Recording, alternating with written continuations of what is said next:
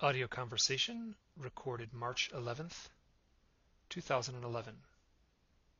I met Nick Redfern very briefly at a UFO conference in 2007. It was in Las Vegas. And it's interesting, I'm sort of embarrassed to admit this, but I will quote Mac Tonnies, who said that when meeting Nick, he comes across initially as sort of a soccer hooligan. And that seems fair enough. But behind that exterior is a very intense and thoughtful and open-minded researcher. Nick's ability to look at the bigger picture is something that is sorely lacking, and his voice is very much appreciated by me. I feel like he's shaped some of the ways I frame these experiences, my personal experiences, as well as the overall grand set of experiences that shows up in the literature and when you talk to other people who claim anomalous events in their lives. And calling Nick a prolific author is a little bit of an understatement. I'm going to list some books here, and I think there's more out there that I couldn't find. Here we go. On the Trail of the Saucer Spies, Strange Secrets, Science Fiction Secrets, Celebrity Secrets, Body Snatchers in the Desert, A Covert Agenda, the British government's UFOs, Top Secrets Exposed, There's Something in the Woods, Three Men Seeking Monsters, Memoirs of a Monster Hunter, Man Monkey in Search of the British Bigfoot, Contactees, Final Events, NASA Conspiracies, and the soon-to-be on the shelves, The Real Men in Black. That's a long list. I'm going to also add that I did what I consider a really great interview on the book Final Events, which came out late last year. That's also on this site. And I have to say this, I take no credit for the soccer hooligan line. That was all Mac Tonnies, ever the skillful user of the English language. Okay, enough of that. When I asked Nick to do the interview, I didn't really have much that I wanted to discuss. I didn't really have any agenda. A few rough things, mostly talking about the ETH and synchronicities. Then we just wandered all over the map after that. I will say that he very much played a role in shaping my ideas and shaping some of the vocabulary I use when I try to make sense of these disparate and very strange experiences. I got a ton out of the conversation, and I hope you do too. Please enjoy.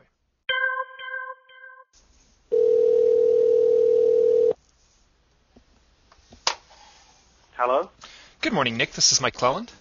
Oh, hey, Mike. How's it going? Good. How are you? I'm good, thanks. Hey, Nick, I just want to say thanks so much for saying yes to this interview. Sure, no problem at all. Happy to be on the show, Mike. Great. The theme I want to look into is less about any singular book of yours and more just sort of an overall collective of your work, in the sense as what you're seeing now as an overall mysterious phenomena.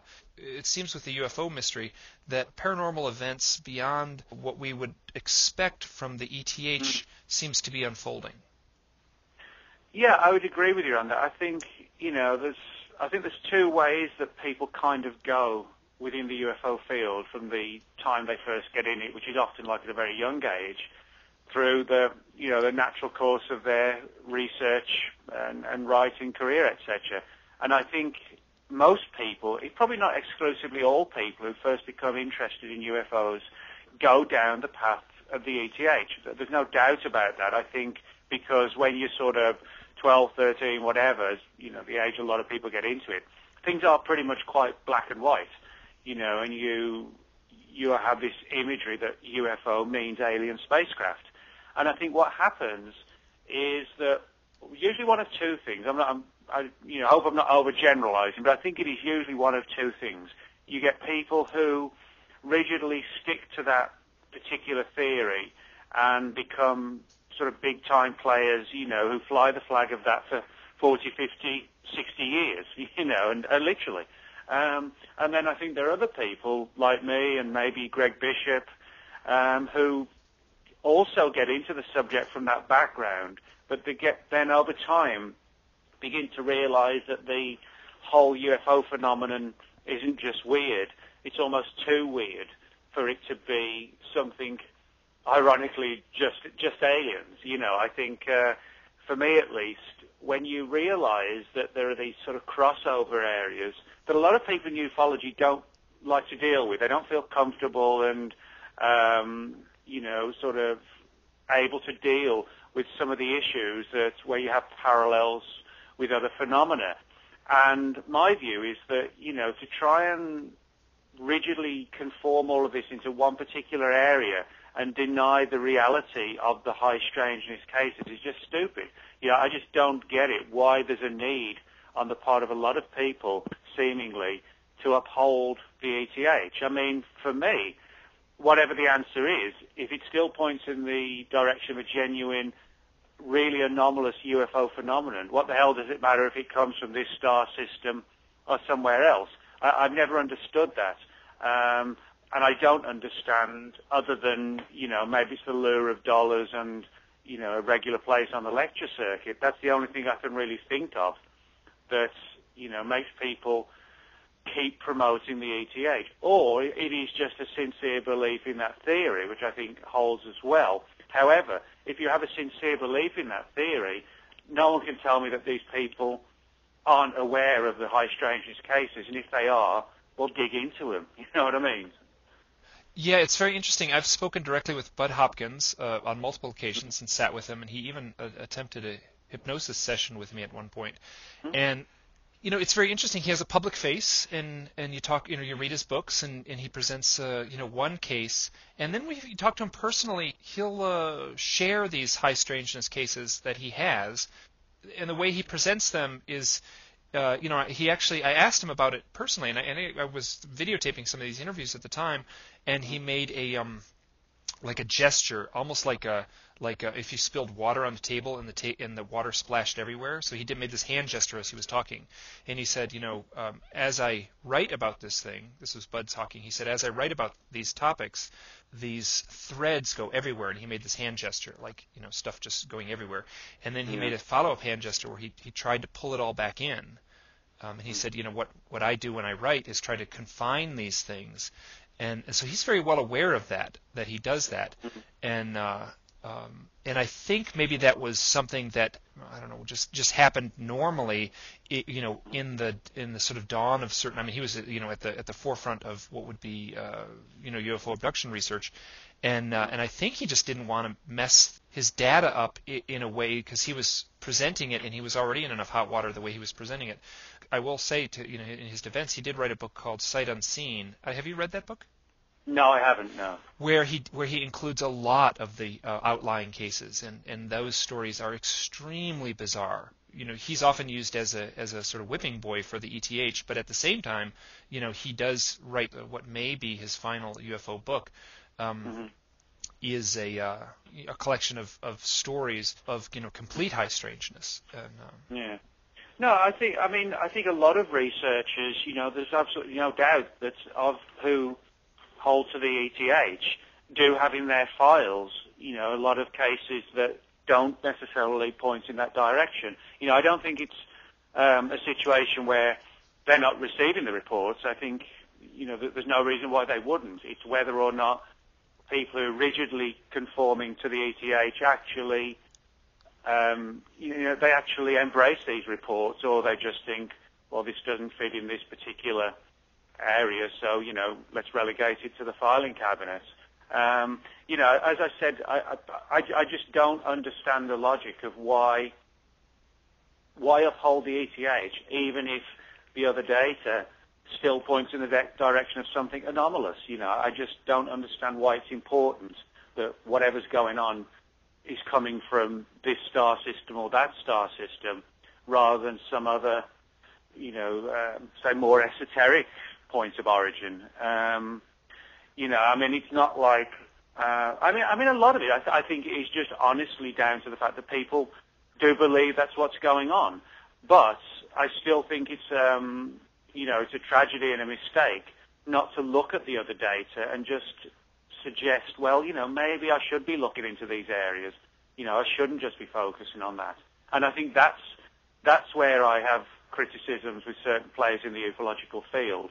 Not that they have come to a conclusion that it's aliens, but that they, to a great extent, just won't deal with this other stuff. I mean, I forget who it was now, but I spoke to somebody at a conference about probably 2 or 3 years ago about this very issue, and we got on to people like John Keel, and the person just said something along the lines of, oh, well, Keel was just some sort of speculative nut, so I'm not even going to look at his data.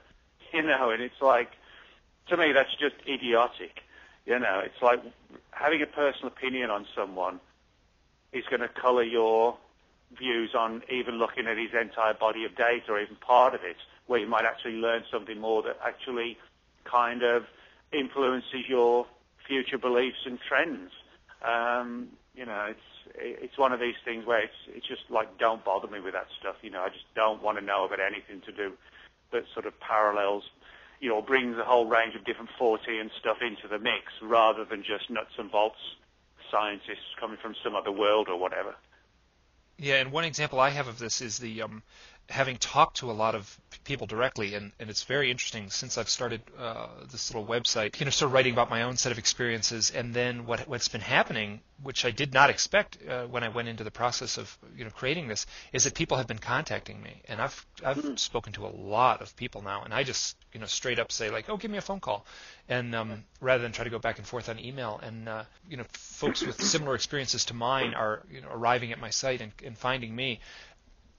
But one of the things that I hear in a way that you would never know if you just looked at the mainstream literature is people say they start channeling once they've had some sort of contact experience, whether that's like a profound abduction experience or some sort of more ethereal sort of contact experience. They say they begin channeling, and obviously the actual data that comes out from channeling, the actual claims of the channeler are obviously suspect and dubious, and at the same time I've had some profoundly interesting experiences from channeled experience, but that is just dismissed with outright contempt when you bring that up to people. They'll just roll their eyes and say, well, I'm not going to go down that road. Yeah. Well, I think, I've actually experienced this personally as well, where people have contacted me, and they feel they're in touch with sort of higher entities and things like this. I think why mainstream ufologists dismiss this is because they actually have quite a simplistic approach to the subject, and particularly today, people don't necessarily look deeply into the history of phenomena like this. And I'll tell you what I mean by that.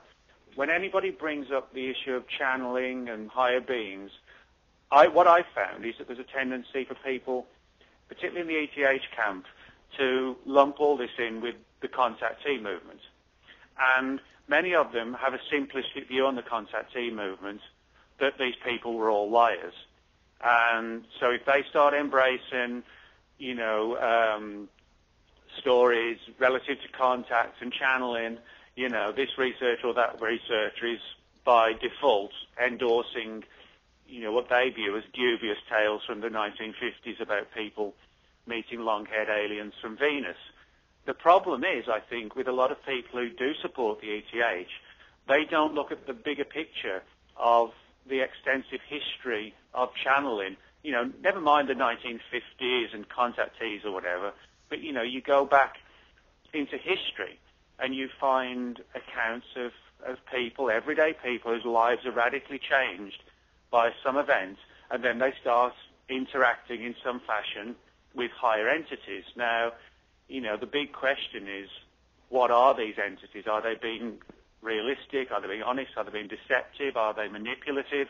I think all these questions come into play.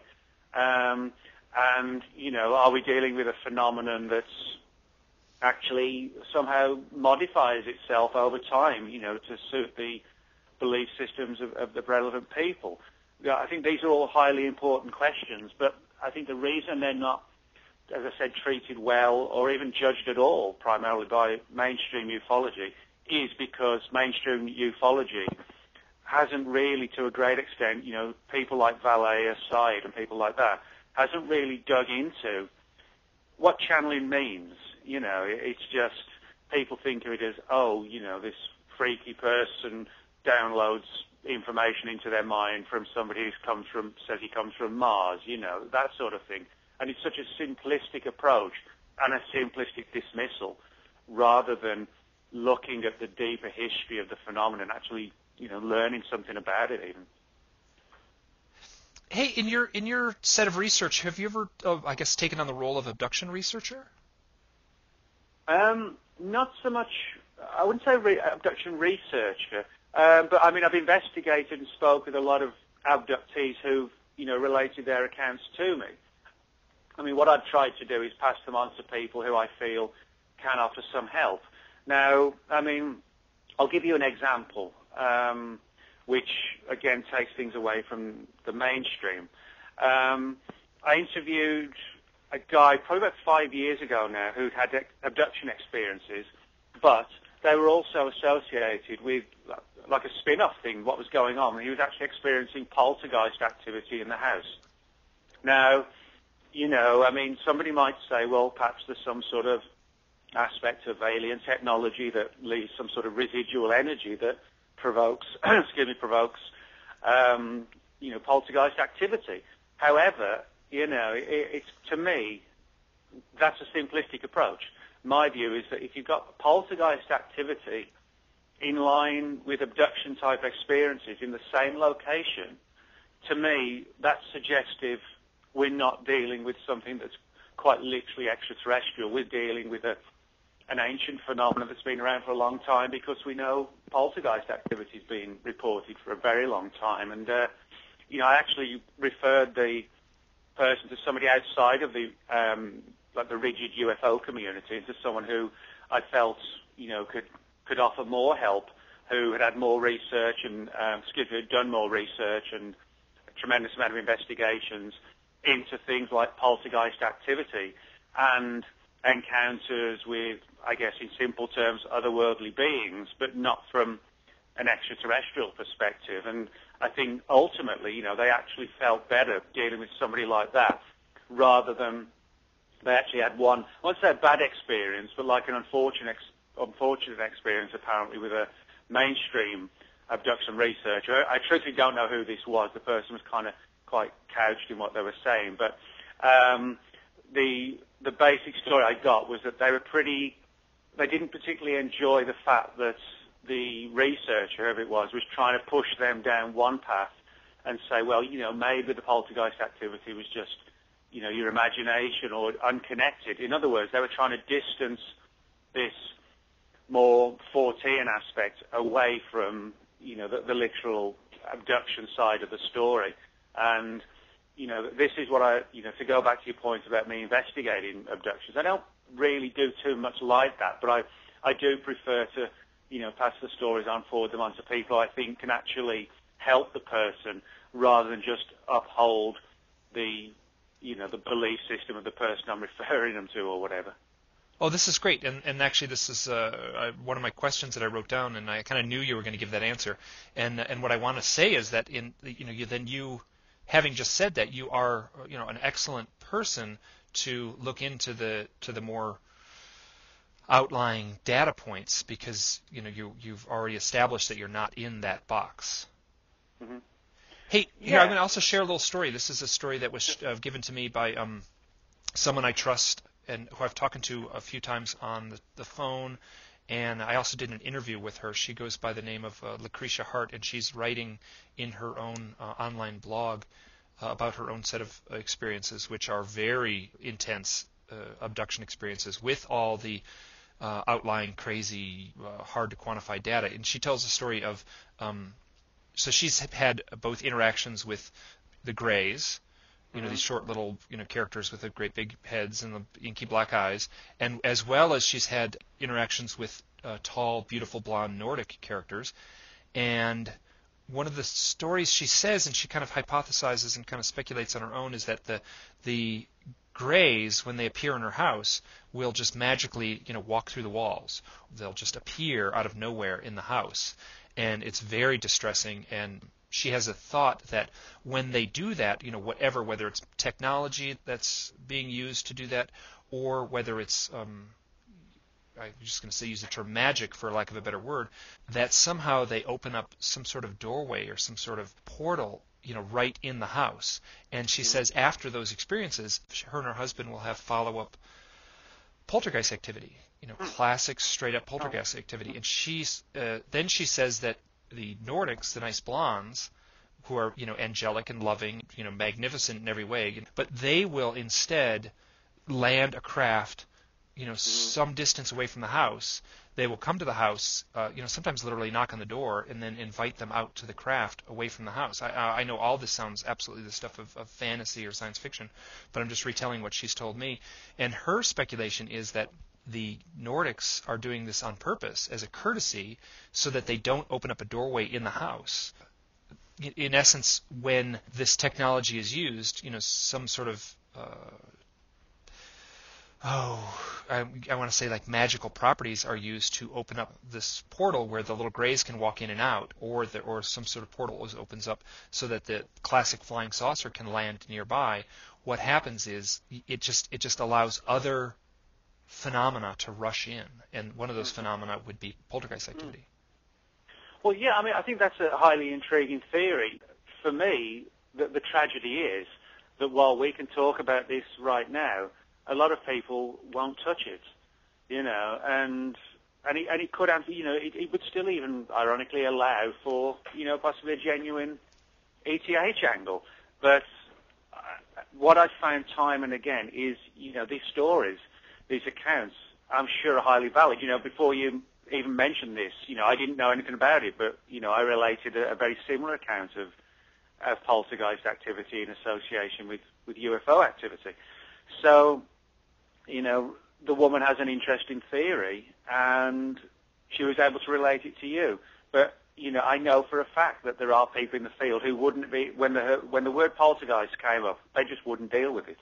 And I think what this says is actually far less about the will to investigate and far more about the relevant investigator building up their reputation as the nuts and bolts guy or whatever. And it becomes like a career almost, which is sort of rigidly formatted into one particular realm.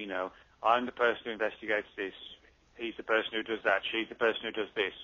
And very often it doesn't allow any room for, moving around and addressing other ideas, because they've painted themselves into this corner and they're comfortable in it, they come to a belief system, and they're happy staying there. And in other words, it parallels. It's a parallel to a religion.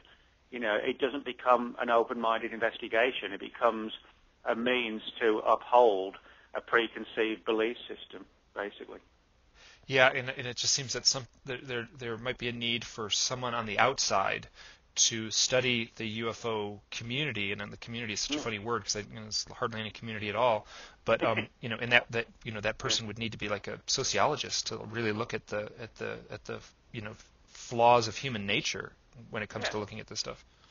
No, I agree with you. I think that if somebody were to write a book, I think the closest thing for me that gives a really good insight into the community, although granted it's not so much from today's community, but through no fault of the author, is Jim Moseley's Shockingly Close to the Truth.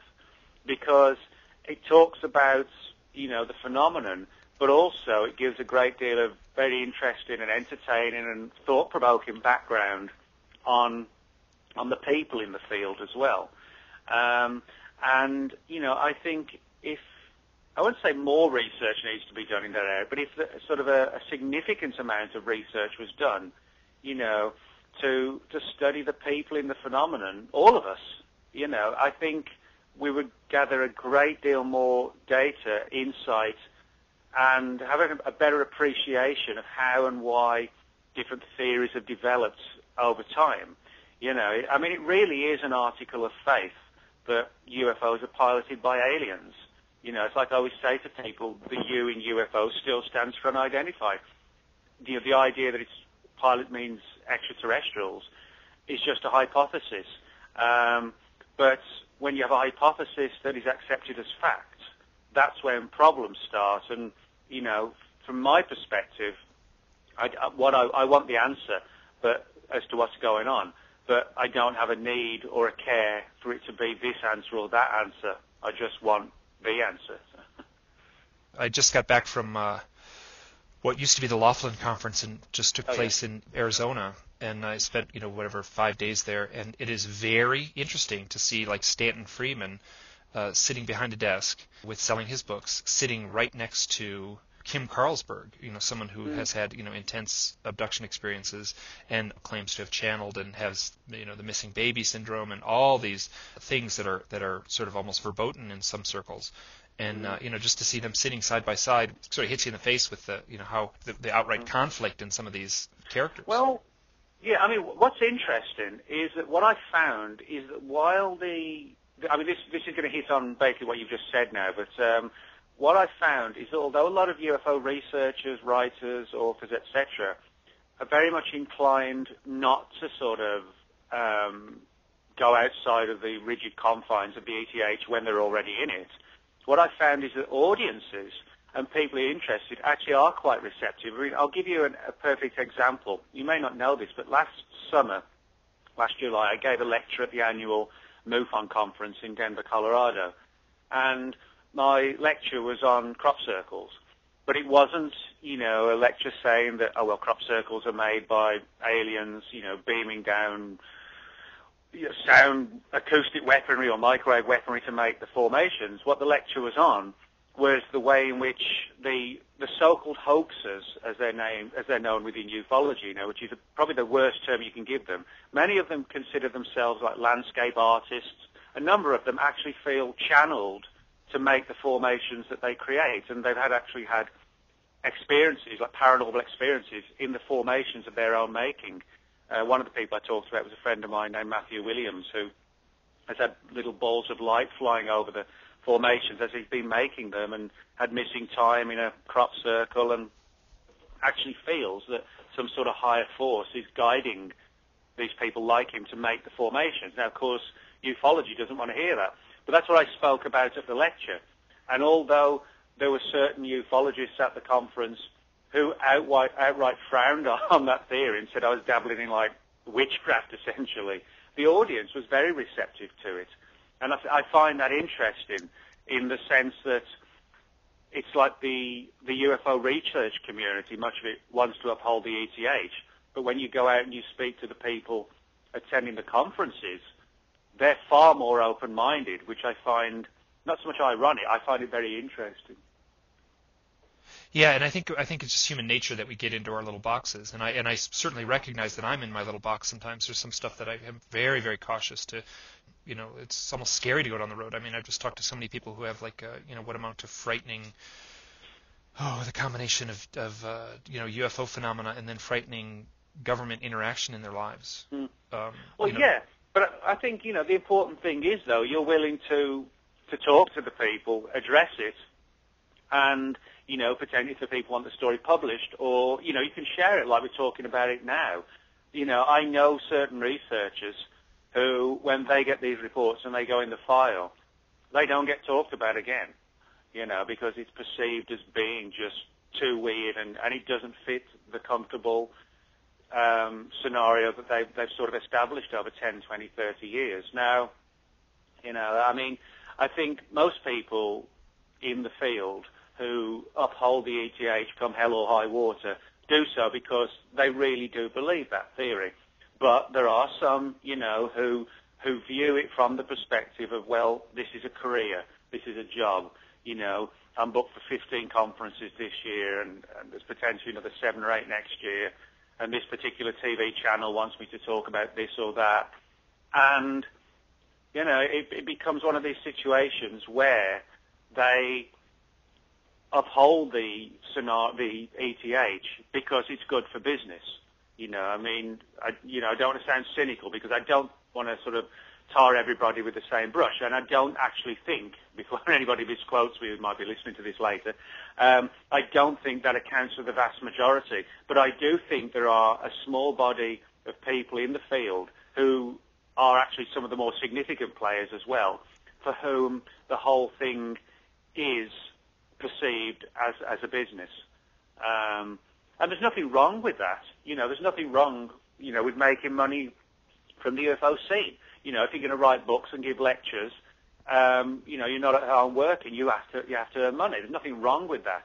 But I think when, somebody is thinking with the mindset, well, if I give a lecture on this particular subject saying, that dead aliens are stored at Area 51, that's going to bring a lot of punters in. To me, that's the wrong approach. That's totally wrong.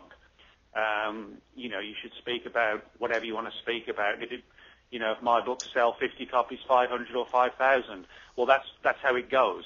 But I'm not, if I was going to, if my goal, was to bring in the punters, I would hardly have written Body Snatchers in the Desert, which, sort of posited a down-to-earth explanation for Roswell. My approach is to get information out there, no matter where it leads. If it leads in this direction or that direction, that should be the main thrust of what we're doing. It shouldn't be along the lines of, if I write a good potboil on Area 51, it's going to sell 50,000 copies. I have no time for people who do that sort of approach at all. Hey, there's something just about one of the things I've noticed online since your book Final Events. I'll see on message boards and written comments and in other people's writings that Nick Redfern believes that demonic entities are responsible for the UFO phenomena. And I've seen that more than once. That's not what I came away with from that book. No, I mean, Final Events, is probably the most, or equally as controversial as Body Snatchers, because it presents a scenario that, for significant cases and much of ufology, sort of turns things on its head. And Final Events, for people who aren't aware of it, looks at a think tank group within the U.S. government that concluded that, yes, UFOs are real, but they have literal demonic origins. And when I say literal demonic, I mean according to Christian teachings. And this story, I was actually put onto it by a man named Ray Boucher, who met several members of the group in 1991. Ray was a former state director for MUFON, and had this meeting with a couple of guys from this particular project who said, they'd interacted with these entities, presuming them to be extraterrestrial.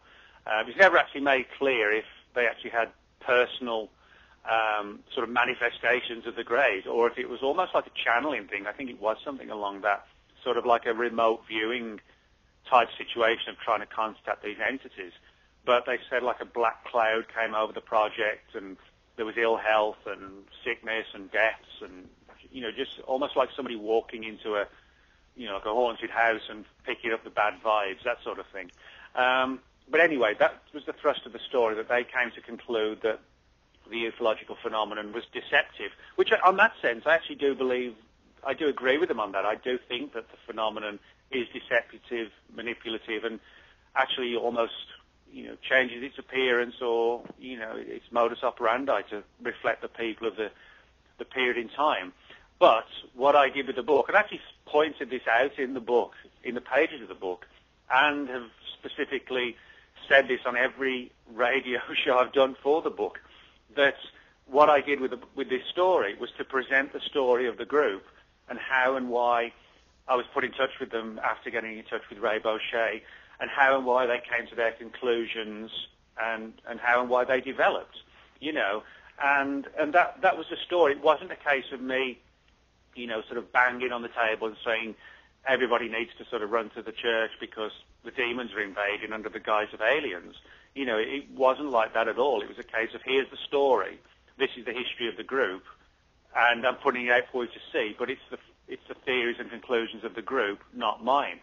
When you spell that out in the book, and then you have somebody say, oh, well, Nick Redfern's changed his views, and he now believes demons from hell are, invading, etc., it's kind of like, well, why do you bother? You know what I mean? It's like that people certain factions just don't realize what it is you're trying to say even when you spell it out. Now, as I said, I do agree with the scenario in several respects. One being, as I said, I think it's manipulative, it's deceptive, and not necessarily always from a sinister perspective. Maybe it's sort of teaching us, maybe it's like a trickster angle, who knows? But I do agree with them on that fact, and it's probably not extraterrestrial. But for me, having coming to a rigid conclusion that this is all specifically demonic relative to Christianity is no different from saying it's aliens from Zeta Reticuli. I think any group, inside governments, a think tank type group, or outside governments, in the public, should have an open mind.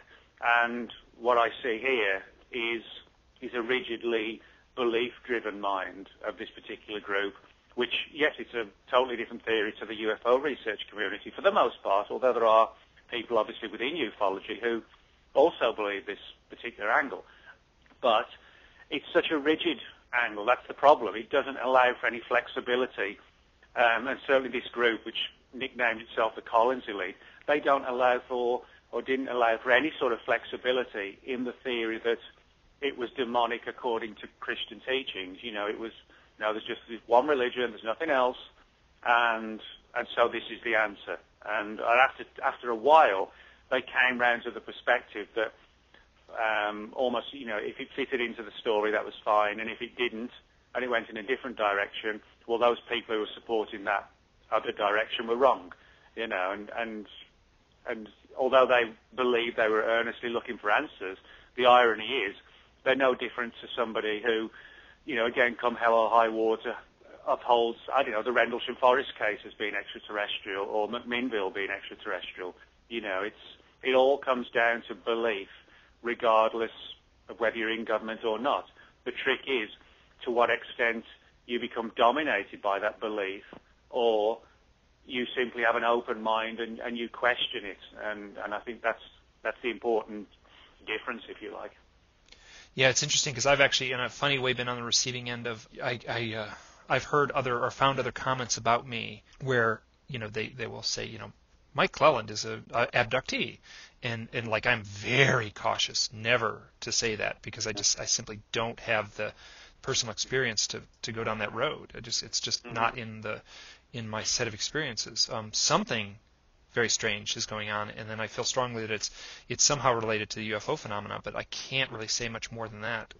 Honestly, I can't say much more than that. We can speculate and say that the puzzle pieces fit together in a way where you can kind of read between the lines. So so I've been at the receiving end of people, filling in my dot to dot images in a way that that I choose not to fill them in. So, well, I can give you a classic example of how that happened to me as well. About 8 years ago, if I just sort of backtrack first, one of the staple parts of many abduction stories, the person's lying in bed, they're not able to move, and they suddenly feel this presence, and suddenly, there are like three greys in the corner, sort of staring ominously at them, and then the abduction begins. Well, I don't have any conscious or unconscious recollections of ever being abducted, but I did have like a classic sleep paralysis encounter about 8 years ago when me and my wife were living just outside of Houston.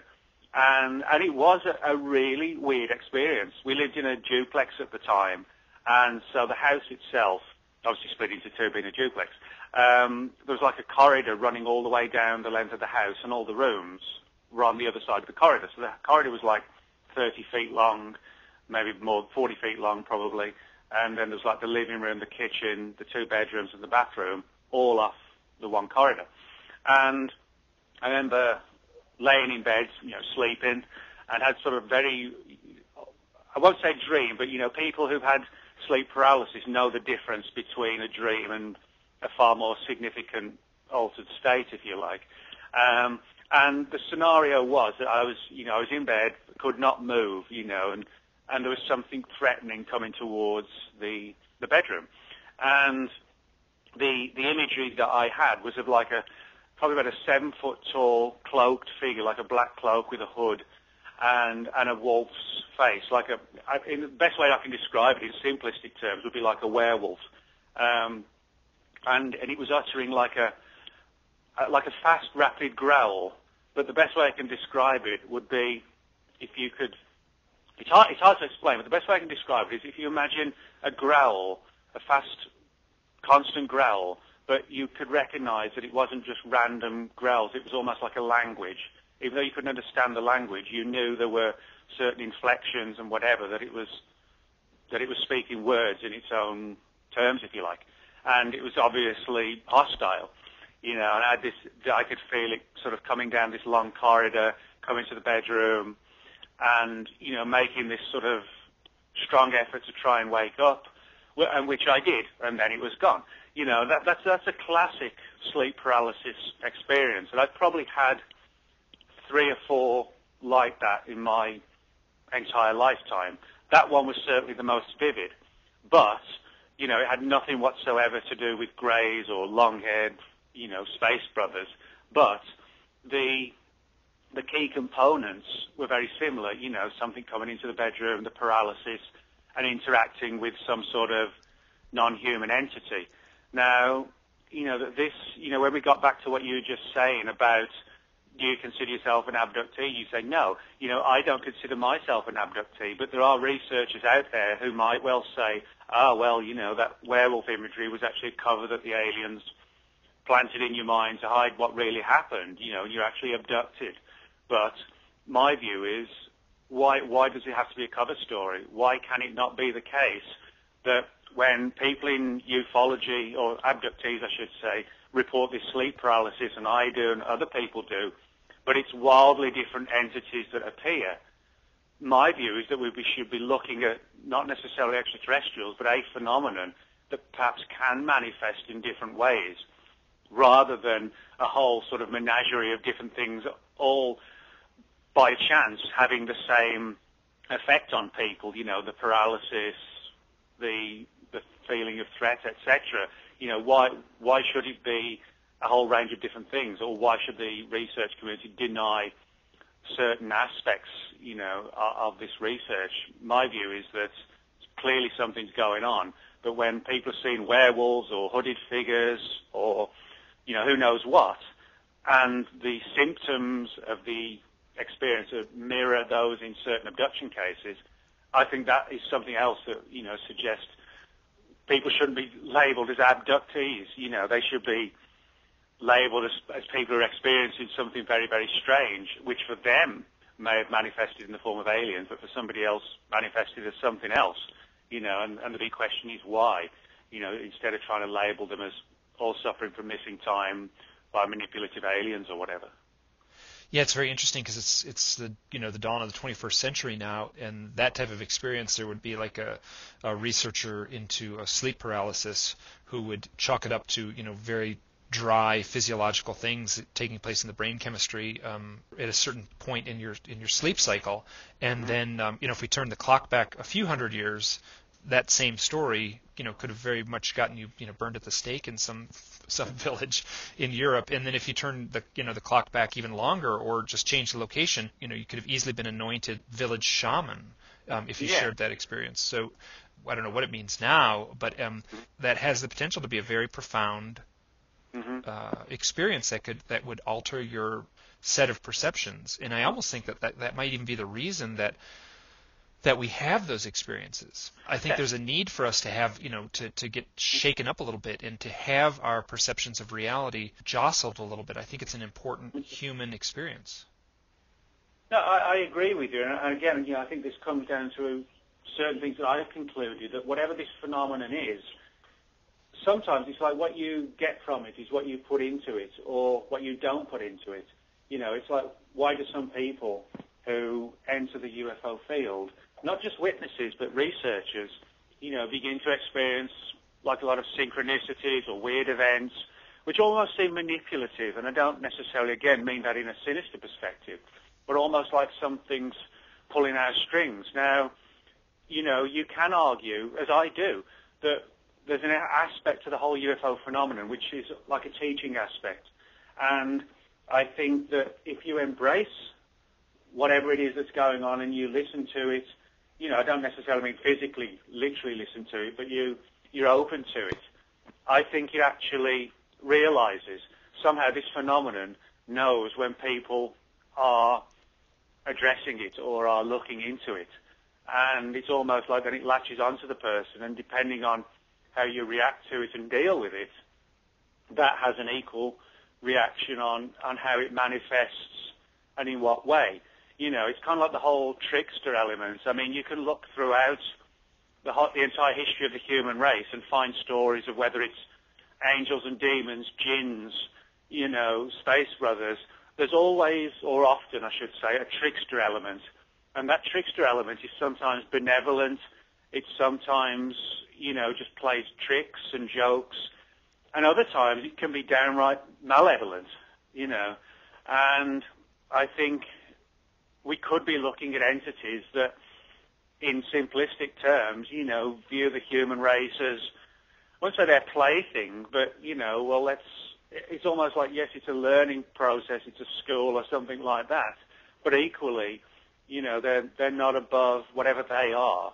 They're not above screwing with us at times or helping us, and, I think it's an extremely intricate area, but I think there is some sort of learning process, but it's coupled with a trickster phenomenon as well. And we don't necessarily always see the big picture of what's going on, except for the fact that sometimes it seems helpful. For other people, it's downright terrifying. And, I think, again, the big question is why that should be the case. And, again, I think part of it is what you put into it or how you're willing to look at it maybe has an effect on the way in which it interacts with us even, possibly. Yeah, I could not agree with you more. That's exactly conclusions I've been coming to. And the only way I can describe it is there's a side to it that is intensely and deeply personal. It seems to be directed at the individual, and it seems to be directed in a way that how to say it, almost like the visual imagery or the mythic icons that emerge are specifically tailored to that one individual in a way that it makes it impossible for me to say that, well, not impossible, but it makes it very difficult for me to say that this is being manifested by little scientists in a metal spaceship. And you use the term synchronicity, which I have a list of questions here, and that's one of the things on my list here. More than anything, that is how it has been manifesting with me, is through very bizarre and intense synchronicities. A lot of people have written about synchronicities. That's one of the questions I always ask people who claim the abduction phenomena. It's like, in the back and forth, and I don't call myself a researcher in the sense that, I'm not an objective observer. I'm very, very much influenced by these events, and I take it very personally. So I'm non-objective in a very strong way. When I ask folks, have you had any synchronicity experiences in their lives? I mean, they literally start laughing and kind of say, like, "Are you kidding? It's out of hand. It's over the top. It's absurd." What the type of synchronicities I've been having, and for some reason, I also sense, and this is completely anecdotal. I don't have any chart over the decades to prove this, but it seems to be increasing in the recent years. Yeah, I would actually agree with you on that. I mean, I've had a huge amount of synchronicities where it's quite clear to me that something very bizarre is going on. I think the trick with synchronicities, the most important thing of all, is not to ignore them. You may not necessarily know how to act on them, but they're telling us something. I think synchronicities are almost like a signpost that you're going in the right direction, or they're a signpost to help put you in the right direction, or give you pieces of the jigsaw that you're not really seeing.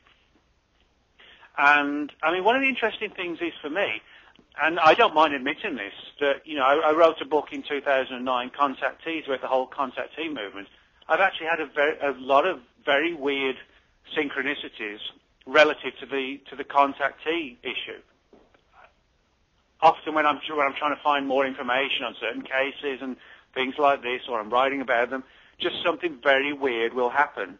Now, again, is it sort of some trickster element playing with us? Is it something that in its own sort of ethereal way is saying, hey, you're on the right track, here's a bit more, and go and find the evidence for yourself, rather than doing all the work for us? Or is it a case of, we're thinking about it so intensely that there's something out there that then realizes we're looking, and then that's why it happens. It's difficult to explain to people, I think, who haven't had synchronicities and just chalk them up to, just a weird coincidence that happens now and again. But, when it happens regularly, and sometimes, mine have come in cycles where, nothing will happen for a few weeks or whatever, and then 3 or 4 things might happen over the course of 48 hours or whatever, that, you know, you just realize that this cannot be down to random chance. But even I'll admit the big question is, you know, what provokes this and what is the reasoning behind it? You know, I think they're all important issues that we need to grasp and grapple with. And the worst thing we can do is ignore them and just write them off as just random events. You said that much better than I could. You're sharing exactly my experience in many ways. In about 2005, 2006, actually more 2006, I had not looked into my own set of life experiences at all. And the actual act of sort of going down the path and saying, you know, like, well, I've had these odd life experiences and I've read all these UFO books and something's up, and I was very much in a state of denial. And the actual act of looking into it, I am not exaggerating, it felt like the floodgates opened, and the synchronicities just came so fast and furious. And initially, and I'm thinking 2008, 2007, you know, I want to be careful how I describe myself, but I was sort of at the tipping point of madness at a certain point where I was seeing these things as such a profound, you know, like I wanted, like, the definition of the universe was just about to be unveiled to me through these magical synchronicities. I've calmed down a little bit since then, and I realized that, you know, very much the same thing that you just said is that they are, you know, one way to look at them and that I've found is that they're threads. They're threads that are introducing themselves, and you have to grab that thread and pull on it. And it oftentimes won't be a profound thing at the end of that thread, you know, if you follow it, but it may lead to one more clue. And I also think that, you know, like it's a way that if you're on the path, the synchronicity isn't doing much more than just nudging you a little bit and just keeping you aligned on that path. Or if there's a fork in the path, a synchronicity may tell you to turn right or left. Yeah. No, I agree with you, and I think, you know, I view synchronicities from a positive perspective. I think the very fact that they occur in the first place is intriguing, but that they should occur in relation to things, particularly when we're inquiring and searching for information. I think that's an important issue. You know, I don't really get synchronicities that are just odd, you know, or that seem beyond coincidence. It seems to be chiefly when I'm trying to further the extent of our knowledge in different areas, or maybe I've hit a literal fork in the road sort of thing, or even, you know, like the classic locked door, you know, to the vault. How can you get past this? And then something happens that gives you a bit of insight or a new contact. So I think that's an important thing, that synchronicities, for me at least, don't occur just at random. It always seems to be when I'm sort of chasing down something, which I think will enlighten us further. And so that's why I view it from a positive perspective, that whatever the nature of what's going on, there is something that has the ability to know when to deal with us on an intensely personal level, if you like, and in a positive fashion, but it does so in a way that, you know, it's not like providing all the answers on a plate. In the same way, you know, the analogy I kind of use is, you know, it's like the mother bird. If a mother bird doesn't sort of gently nudge the baby birds out of the nest, they're never going to learn and live on their own, and they're probably going to get eaten by a cat one day, you know. But if the mother bird doesn't solve all their problems, but actually teaches them a few things, you know, stay away from those animals that meow with the long tails, etc., and the claws, and you'll be okay. But let the little birds learn for themselves as well. And I kind of think that's what's going on with us, that there's some, whatever it is, I don't know, but when you start getting into these different fields, you start researching it, and you're going down the right path, it lends assistance in ways that we don't normally understand. You know, it's not lending assistance like, you know, a driving instructor helping you to learn to drive a car, you know, or anything like that. It's almost like ethereal, enigmatic help. But the trick is to understand what the help is and how it's going to help you. And I think when you understand that, then you begin to absorb more synchronicities and you get more out of it, and it becomes like a cycle then, I think. Absolutely. And I've also found that sometimes my own personal synchronicities are so so wrapped up in my own internal psyche in a way that they're almost difficult to explain to someone else. The profound experience is mine and mine alone. And sometimes they're very interesting, and people will go, "Wow, that's very interesting" when I share a story. But oftentimes, that when in sharing the story, there's the threads are so delicate that connect one thing to another that it's almost not worth it. I would just bore them to tears if I tried to explain, some of the events and synchronistic experiences that I've had. Hey, here I'm going to read two little things on my thing, and I cut and pasted these from correspondence from people who had talked to me or sought me out. These are both people who claim some sort of contact experience, and both of these folks claim contact experience that is well outside, the classic flying saucer in the yard and little gray aliens doing medical experiments. But they both said, and this was absolutely no prompting from me about synchronicities, and the first person wrote, they, and they put they in quotes, they absolutely communicate contextually through synchronicity. And the other person wrote, synchronicity is the language with which they use to communicate. And that's interesting. Yeah, and this has been a pattern for me, and I don't know whether the content of my blog is so much based on synchronicity, and obviously that would appeal to people with similar experiences. So that may be why these folks are sharing their stories with me. But and another thing that I'm getting a lot is people are sharing stories of owls. Yeah, I saw that at your website, or your blog. Yeah. The owl thing with me has been kind of out of hand to the point where it's been a little ridiculous. And that's another thing. I just sort of treat owls as nothing more now than like a little sign from the universe to pay attention. And I can't go much beyond that. Here, I'm just going to share a story, and this is not my own personal story. This is I heard this on another podcast thing where this woman was interviewed, and it was just her talking about this one experience. And then, being the person I am, I figured out a way to get a hold of her, and I contacted her, and I talked to her, and I had a long conversation. But here's her story, and I just want to get your take on this. Sure. She lives in Canada, and she has a Native American heritage, and a friend of hers had died, and she lives in Ontario, has some acreage of woods, and she has a teepee.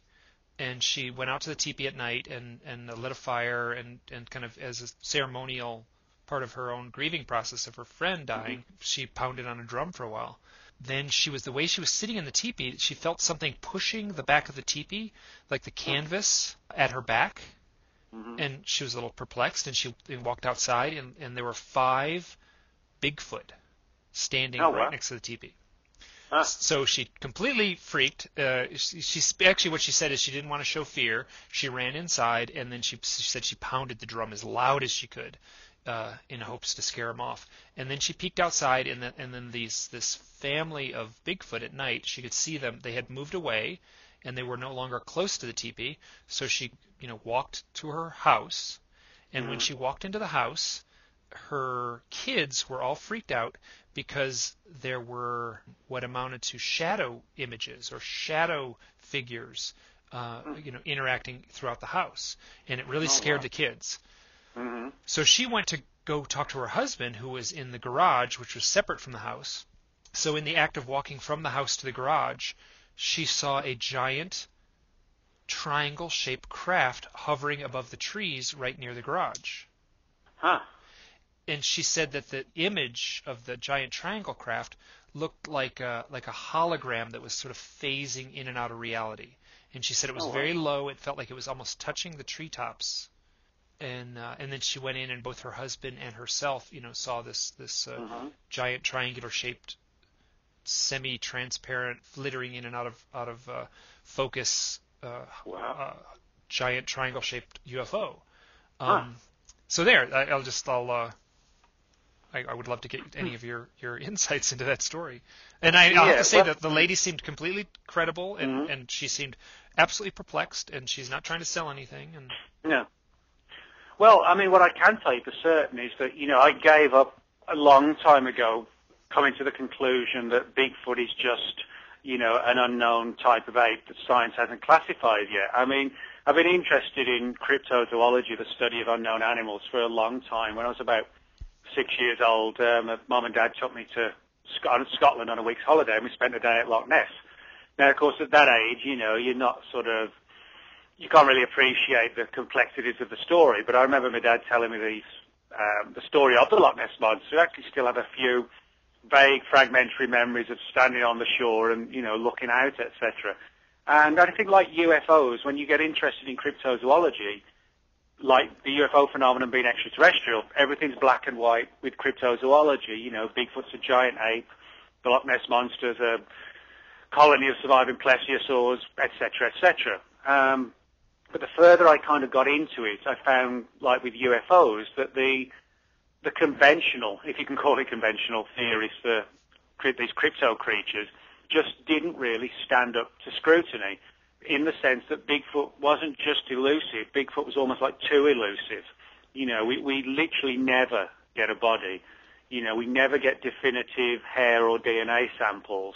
And, to me, it's just not, even if, people have speculated that, well, Bigfoot bury their dead, which maybe they do, that perhaps they're an intelligent species.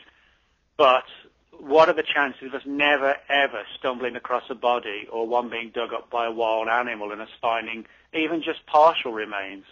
This just doesn't happen. Bigfoot never gets hit by a car. Or if it does, the body always mysteriously vanishes and we never have the evidence. And then, of course, there are the parallels where you have Bigfoot-type activity that crosses over into other areas of research, like the case you just mentioned. There are a lot of reports on file where people have seen Bigfoot in conjunction with UFOs. I'll give you a classic example. We live just outside Dallas, but down by Houston, there's a large area of forest on the east side of Texas called the Big Thicket. Well, there's a road that runs through the Big Thicket called it's actually called Bragg Road, but it's known locally as Ghost Light Road, because for hundreds of years there have been these sort of weird classic ghost lights, balls of light, flitting through the woods anywhere from the size of like a tennis ball to a basketball. Very much like the Marfa lights, or, intelligent plasmas is how some people describe them. But in the exact same regions where we get these ghost lights, which by definition are UFOs, there are a lot of Bigfoot activity in this precise same area. Then you get other reports, Bigfoot vanishing in the blink of an eye, and footprints, just tracks, coming to a complete halt in the snow as if the creatures winked in and out of our existence. And also, me originally coming from England, a lot of people don't realise that Britain has a long history of Bigfoot-type reports, many of a very paranormal nature, but due to the small size of the country, there's no way at all that, a colony of 7'8" men could hide out in the British Isles, and not be caught. It's just totally unfeasible. And that is actually borne out by the fact that most of the British reports do fall into paranormal categories, in terms of at least, the creatures seeming semi-physical or winking in and out of our reality, etc. So reports like this don't surprise me. The Canadian one you're talking about. How we explain them, are we looking at creatures that are somehow linked to the UFO phenomenon? Are we seeing evidence of highly intelligent entities? I think it's just probably our way of thinking. We assume if it looks big, tall, hairy and brutish, that it's limited in intelligence, etc. Whatever these creatures are, they may be highly evolved. And, people speculate on issues like extra dimensions that, can be explainable via quantum physics. Is it feasible these creatures can sort of negotiate different realms and literally, pop in and out of ours? And maybe, that explains some of the UFO phenomenon as well, that perhaps things like portals, doorways, and that might explain why there's a connection between UFOs and Bigfoot in the same area, perhaps. And I agree completely. I've taught for years in an outdoor school, and I spent 30 days at a time, twice a summer, so that was like 60 days a summer in and around the North Cascades. Sort of the epicenter of the Bigfoot thing, and as pristine and remote as some of those areas are, I mean, quite honestly, there's logging roads everywhere, and you're not that far from the interstate that runs north of Seattle. And my deep feeling is that no way is there a remnant population of funny ape men living out there. It is something much stranger. And go on. I was going to say I was actually out over by Seattle just 2 weeks ago. I don't know if you know a place called Watertown or Waterstown. I've heard of the name, yeah. Oh, okay, I was doing a conference out there, and we actually got to speak with a lot of people there who had had Bigfoot sightings and activity. And you're right, I think although there is a lot of forest, not far from Seattle, and a lot of these areas are built up with towns, I do find it just not feasible that not even one would get shot or, run over on the road, etc., to Seattle and backwards, etc. Yeah, I live in a place, I live right near Grand Teton National Park where they do have mountain lions. They are very elusive and very rare. But people see them all the time. I talk to people who see lions all the time. People photograph them, people hunt them, people trap them. Here's an animal that is extremely elusive. There's very few of them around, but they do show up, and it's so. And then, are you familiar with Gian Quasar? Of what, sorry? There's an author named Gian Quasar. He wrote a book on the Bermuda Triangle. No, I'm not. Okay. He was interviewed on Tim Binnall's show, and he just recently wrote a book on Bigfoot. Uh-huh. And he's a smart guy. His discussion is very well researched, and he's coming from a place of a strong amount of research before he makes any of these claims. And at one point, Tim Binnall said, "So I guess you don't subscribe to the parallel dimension hypothesis about Bigfoot." And without skipping a beat, he basically just went, "Oh no, no, no, no, no." So it's very interesting. There are Bigfoot researchers out there that are very much latched onto the fact that yes, there is a creature out there in the woods, which must be, I can see how that would be hard to. I mean, if you have sightings and footprints, and there is evidence that it falls into the category, but I just think if you step back and just look at the bigger picture, as we both just said, one of these things would show up on somebody's radar a little more than just an elusive sighting in the woods. Yeah, I mean, I think it's just, it's not just human nature, but it's nature in general that's, to me, it's just totally beyond feasibility that, there would never be an accident, a mistake, or, something where even just one, that's all we need. All we need is a leg, a foot of Bigfoot. We don't need a full corpse to make the argument. But the fact that we get nothing. Now, I think, a lot of cryptozoologists, who I'm friends with, we can debate and unfortunately remain friends. But, the whole idea that we are dealing with paranormal creatures, however you want to term the paranormal, that's the important thing, but creatures that are more or less than flesh and blood, does not go down well within mainstream cryptozoology any more than, some of the more esoteric theories go down well in mainstream ufology. And, I think one of the reasons is, like with UFOs, a lot of people in cryptozoology, particularly who've been in it for decades, have invested so much time, effort, and reputations in upholding and supporting the flesh and blood angle that, they view the idea that it could be anything else as a threat to their credibility in terms of, well, what if our views are wrong? It's like, it means 40 years of work is not necessarily gone down the drain, but they've got the origin and the point of origin wrong. Well, that would be true. But on the other hand, it would still be a fascinating scenario if Bigfoot was found to be some sort of either interdimensional creature or just something that even is beyond science right now. Bigfoot would still by definition exist. It just wouldn't be the mysterious ape that a lot of people assume it to be. And again, as with UFOs, I don't understand that attitude. Why it's got to be this, and so what if it's something else? Exactly. And in a funny way, like I don't really care, what people believe, and I'm more delighted by the fact that there are long-standing mythologies, that surround, Indian mythologies, and I suspect, Tibetan mythologies surrounding the Yeti and things that. And to me, that's where the fun is. If these Bigfoot hunters want to go out and put little motion sensor detectors on paths in the woods, then more power to them, and maybe they'll come up with some interesting clues that'll either add to the mix or further confuse the database. No, I would actually agree with you. And I mean, don't get me wrong. I think field research, particularly looking for Bigfoot, is essential. But what I do think is that going looking for it with guns and cameras in a regular sense just does not work. You know, there are countless reports of people saying they shot at Bigfoot or believe they did shoot it, but, you know, we never get that body. Now, what I do think is possibly an interesting area to follow, you know, is, for example, the heat signatures of these creatures.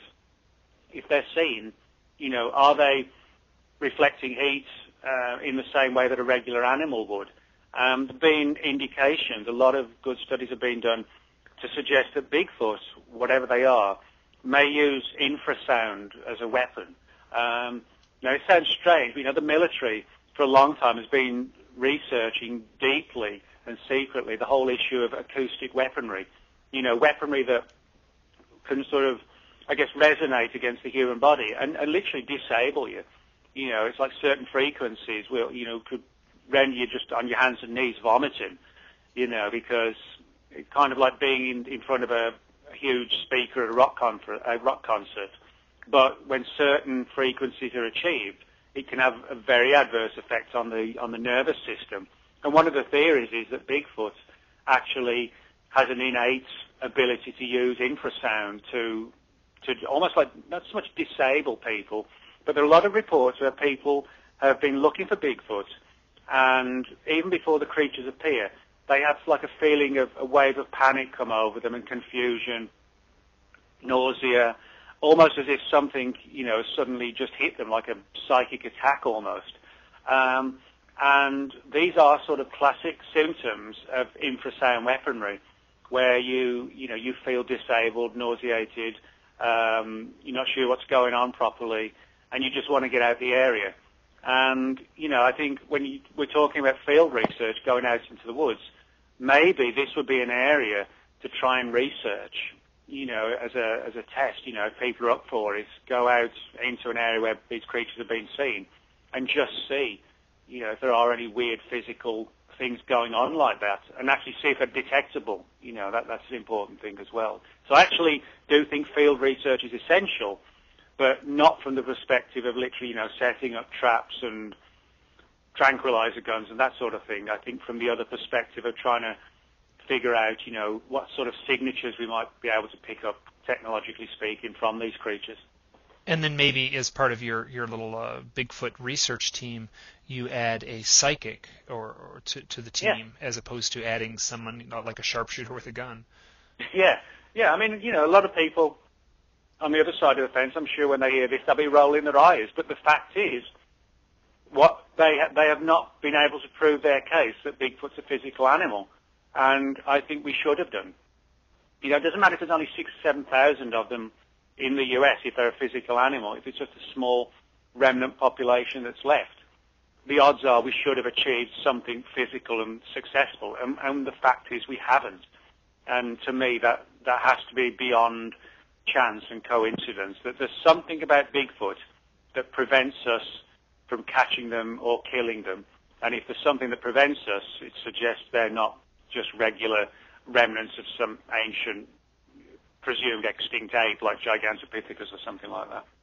I have a story that I've shared on the blog here. I spoke about it. I did an interview with Leo Sprinkle and shared the story, as well as I drew some pictures of it. And so this event took place, what's it, March now? So 10 months ago. It would have been May of 2010, and I was down in the Four Corners area of the Southwest, and I was in Colorado. I'll make this short, but I was in a tent with a friend of mine, and she and I were traveling around, and she has also had a rich tradition of paranormal experiences in her life. So in the middle of the night, she woke up screaming. I sat up in bed. I screamed in a way that just like I was so scared. And here we were camped on the side of a little road, a little dirt road in an absolutely lovely little forest in southern Colorado, in a tent.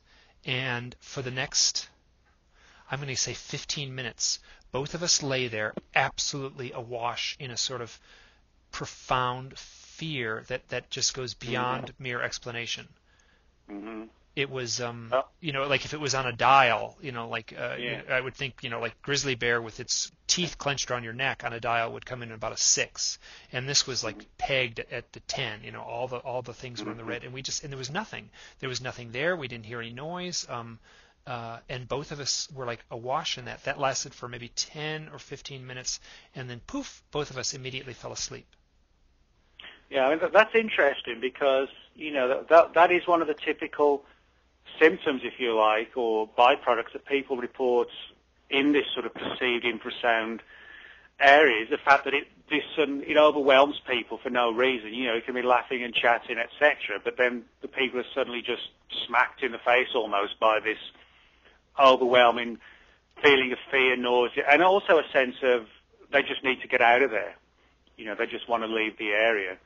And I think, that's an important thing when we're seeing that all across the United States, in terms of people reacting in this fashion to these experiences. And, it's difficult to explain, but I think, we're getting some answers, or, we've got interesting theories, which I think are pushing us down the right direction. So. Yeah. Hey, I'm going to jump back a little bit. One of the things that struck me about that story that the woman from Canada shared, I'm planning to do an audio interview with her also. So one of the things that struck me is that she was in the act of doing a ritual act. She was grieving. She was in a teepee. She had built a fire. She was beating a drum as part of a ritual act. And for some reason, that seems to show up in this realm also. Mm-hmm. Well, yeah, I mean, I think, you hit on an important point because anything, rituals, whether it's rituals, getting yourself into an altered state, psychedelics, all of these things in their own way are somehow connected. And they all involve the mind, not necessarily always radically, but a shift in the mind, if you like, or the mindset.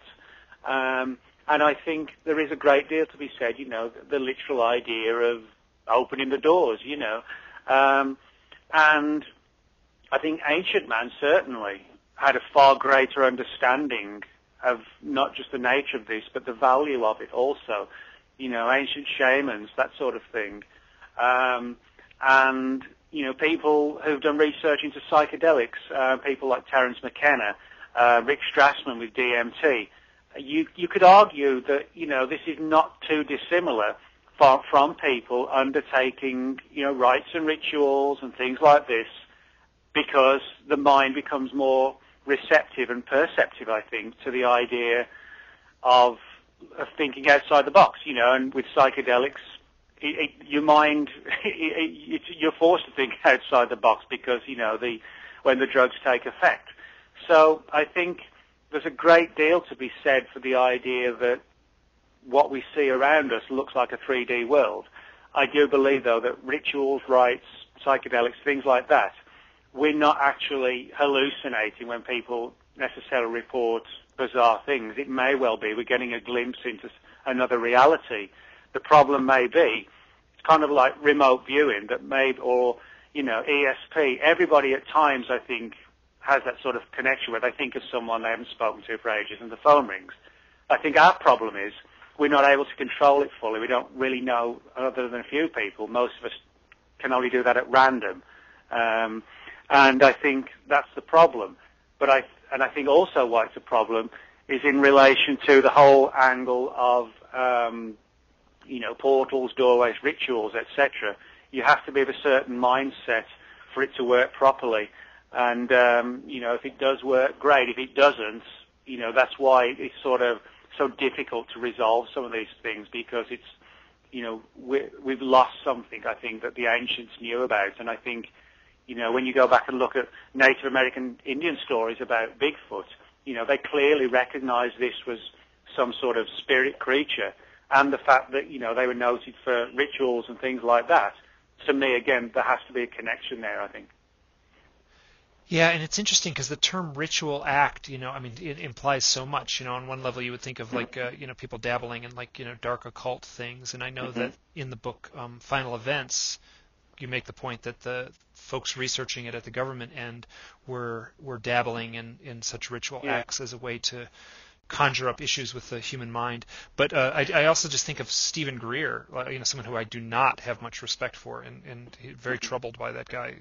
But he does these night watches where they call down UFOs. And I fully suspect that, they quite probably get some results in the sense that what they're doing is a ritual act. You get a bunch of people together and ask for something. Who knows what's going to happen? You might get an answer. Same with prayer. Yeah. No, I agree with you. I think there is this tendency where people talk about rites and rituals and dabbling with the occult and praying and things like this. They always place it in the context of their own belief system. If you pray and you get a response, well then, you've got and you're a Christian, you've got a response from God. If you put the thought out and you're trying to contact alien entities, a light flashes from the sky and something beams down to you. You go to a seance and you put the thought out you want to contact your dead grandmother and she comes through. The big question is, the important issue is there's not that much difference between praying to a god and getting a reply or focusing your mind on the skies and getting a response, whether through channeling or something in the sky physically that shows up and kind of manifests and possibly even interacts with you, or, as I said, sitting at a table trying to contact somebody who's passed away. They all involve us focusing our minds on trying to contact something. Now, the big question is, are we contacting a whole range of different things? Or is it one thing that is sort of manifesting in certain ways for different people, but involving one particular thing, and that's possibly to provoke change and also to sort of teach us and open our minds. And those who are receptive to aliens, it appears in that form. Those who are more of a religious nature, it appears in that form. And I think that's a possibility when we're dealing with, sort of dabbling in these areas that we know we can open doors. We're not really sure how and why it works and what it is on the other side. And maybe the phenomenon realizes that and, to an extent, toys with us almost. Yeah, very much so. And I think of, the nature of this phenomenon, how it has a way of being, on one sense, so elusive. It just seems like it's always just one step out of reach. The photographs are always just a little blurry. No one really has concrete evidence. There's interesting evidence out there, but very little conclusive evidence that would just slam the door shut on any sort of conjecture and prove something. And I almost think of like orb photos that fall into that thing where they're obviously a majority of the orb photos are dust, but there are some pretty interesting things that come out of it that are at one end easily dismissed because you can dismiss them outright. Of course, it's just dust. You can but in the same sense, there's some curious stuff that shows up in especially my own set of experiences with orb photos. Mm-hmm. So. No, I agree with you, and I think it's like we were just talking about with the Bigfoot bodies. The fact that photographs, like you just pointed out, are always kind of blurry or there's something questionable about them. And that applies to UFO photographs, crypto photographs, ghost photographs. And again, I don't think that's just down to random chance because, people photograph, random events all the time. If it's like an airplane crash or something, there's always somebody who's got a camera or a camcorder, or whatever. And so I think for that reason, more than anything else, we're dealing with a phenomenon that is, I think, definitively, in some respects, trickster-like in nature. It pulls us in, but not far enough to where we ever kind of understand exactly what it is. But maybe there is an ability to understand it, but the very act of maintaining some sort of distance means we have to keep following it and pushing for the answers. And maybe that's the point. It's like if you sit back and want the answers, it's never going to come to you. If you go looking for them, maybe the phenomenon realizes and helps you on the way, so to speak. And at the same time, there has a theatrical nature and a deceptive nature. Oh, if you follow this is my conjecture in a way. If you follow the clues, it'll expand your.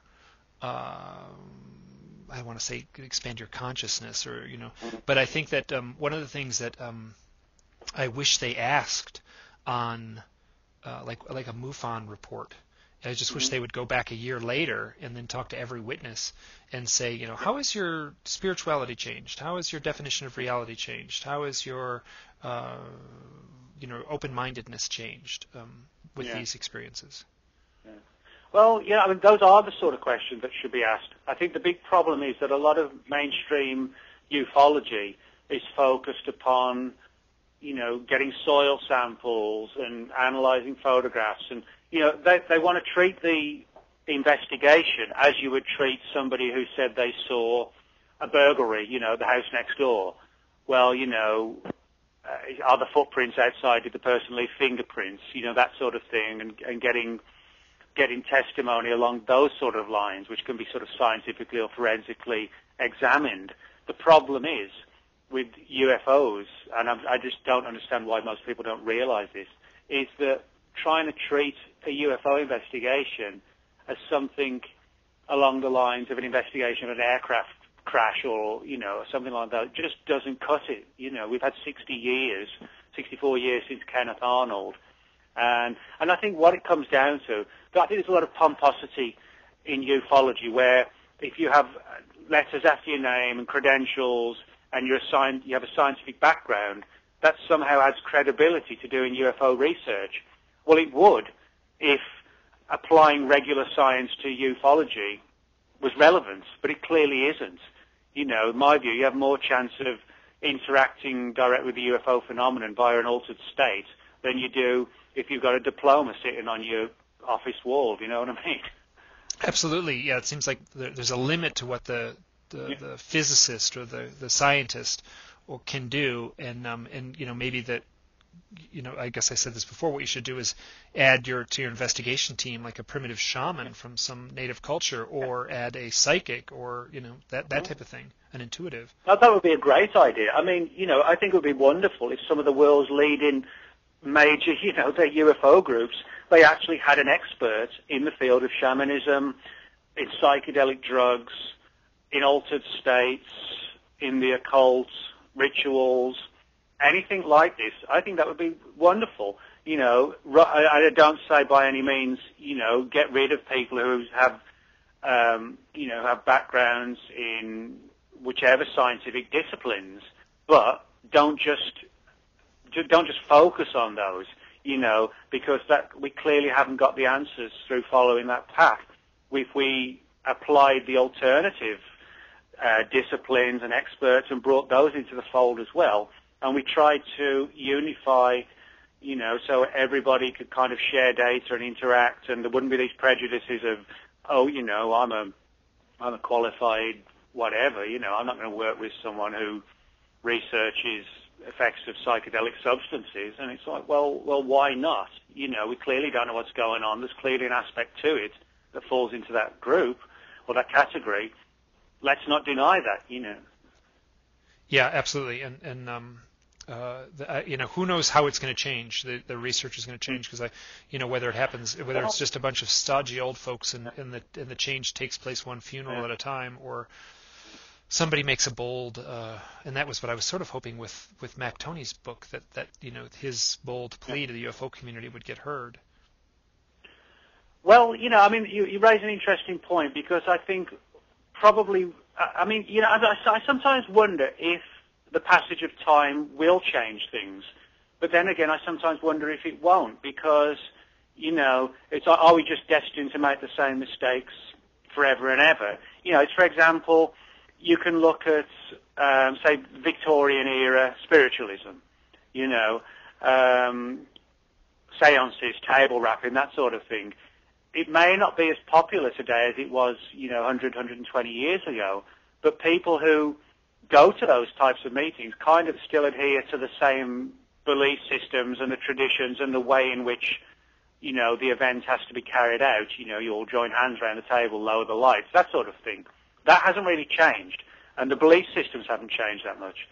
So it could be that ufology goes the same way, that the people who are attracted to it, for the most part, will continue to be those attracted to the ETH, and then there'll be those who are sort of marginalized and seen as a bit weird, people like me and you, I guess, on the fringes, who are always hammering home about this other point, but where the majority say, oh no, that just couldn't be, and yet the high strangeness continues. Or it may simply be, that the passage of time will mean that new paradigms and ideas will be embraced, and the old theories will fall by the wayside because they've proven unfeasible in terms of trying to vindicate anything. So, but I'm just not sure. I actually think it could go either way. I'm just, I'd prefer to say, yeah, times are going to change, and, when the old guard have had their say for 50 years and proved nothing, that people will come along and follow another path. It may not. It might just really be the case that other people who are so enamored by the ETHs will follow in their path, and I hope that doesn't happen. And if people disagree with me, well, that's fine, but that's just my view. So.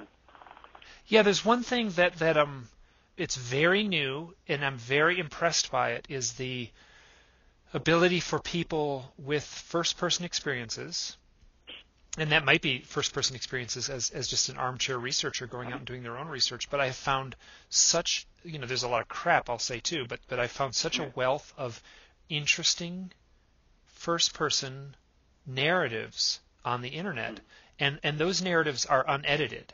They didn't go to Bud Hopkins first, tell their story, and then Bud Hopkins, retold the story in an edited format in a book. These people are sharing their stories, and oftentimes like real time. Stories where people say, and I've been collecting these and linking them on my blog, where people will say things like, I had an experience last night, and here's the ramifications. Yeah. And then you follow that blog over the next few days, and then the ramifications are, I had a follow-up phone call, and it was very eerie, or, here's the photograph of the odd mark I got, that I found this morning. Yeah. So these things are happening real time in a very public forum, and I just have to think that this very new form of communication, the internet, will have a profound impact on how we look at data. Yeah. No, I agree with you. I think, there's a lot of interesting research that's being done, with the internet itself. Is it some sort of quasi intelligence? Is it almost sort of quasi self-aware? And is there something going on here where we're actually, it's almost like a synchronistic thing, in the same way that the synchronicities pulverize us generally. Is it somehow that, we're surfing the internet and we're actually drawn to certain areas, or we stumble on something? Is it just because we're surfing the internet, or is there something tied in here, that it isn't just random? We actually find something that really ties in with what we're looking for. It's like, is the internet becoming a part of this whole learning process for, as a result of something else going on, rather than just the fact that there's a lot of information on this? That is something that I've been trying to wrap my mind around, because I feel so strongly that the internet is, the only way I can describe it is like a carefully and beautifully shuffled deck of tarot cards. Like things will appear on the internet in ways that defy any sort of logic, or in a deeply personal way to me. I'm just talking my own firsthand experiences. When you think about it, the internet is like it's a cloud intelligence, in the sense that there's no place. There's not like one building somewhere in Silicon Valley where the internet is stored. It's everywhere, and at the same time, there's how many people are hooked up to wireless internet where imperceptible to us, but perceptible to the computer, just this cloud of information that's actually in the ether, quite literally. And then I won't, people who've read my blog would know, but I've written about some experiences which have kind of changed my definition of reality that directly involve the internet. I had a missing time event in 1974. I'll make this short. People have heard this story, me tell this story before, but it happened right in my neighborhood. I was 12 years old. I was walking home from a high school football game, and I was in front of a friend's house. I had to pass by this friend's house. I was with another person. The other person's name was also Mike, and then we were in front of a friend's house, and her name is Cindy.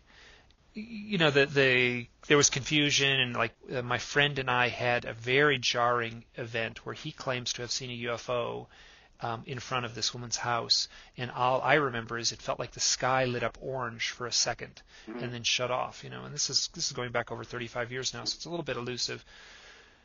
In 2009, I had written an essay about that event, and I was very frightened to post it online because the implications of that essay, missing time, my friend sees a UFO, were very disturbing, and I had the whole essay written up. It was written up as like a diary entry. I was going to post it on my blog, which I had just started. At that point, the blog had just been some sort of charming synchronistic stories, which I have a lot of. But I wanted to post this, and I literally, it was late at night. My hands were above the keyboard, and I couldn't do it. I literally had just a profound feeling of like a weakness, or like I was a coward. And at that moment, I had a little ping on the audio, and it was a friend request from Facebook that came through on my email account, and it was from the woman Cindy. I hadn't talked to her in over 35 years, and she chose that second to contact me. Oh, wow. And I would also say that I had one of the things I had on my desktop that I was going to post on the blog posting was a Google Earth image of her house where she was living as a 12-year-old girl at the time, with an X on the sidewalk right in front of her house.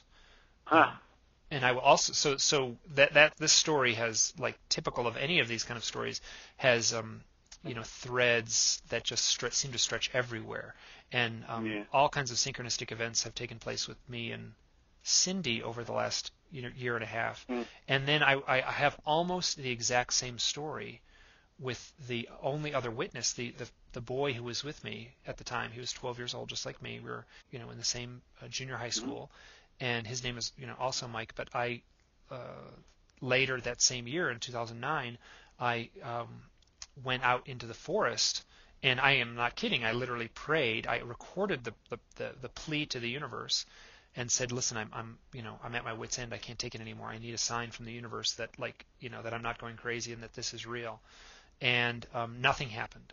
I've had profound dreams in those situations where I will record the dream the next morning, and it can prove interesting, and I like that kind of thing. I found it very sort of seductive, that kind of self-research. But nothing happened. I woke up the next morning, nothing, and then I came back to my house, and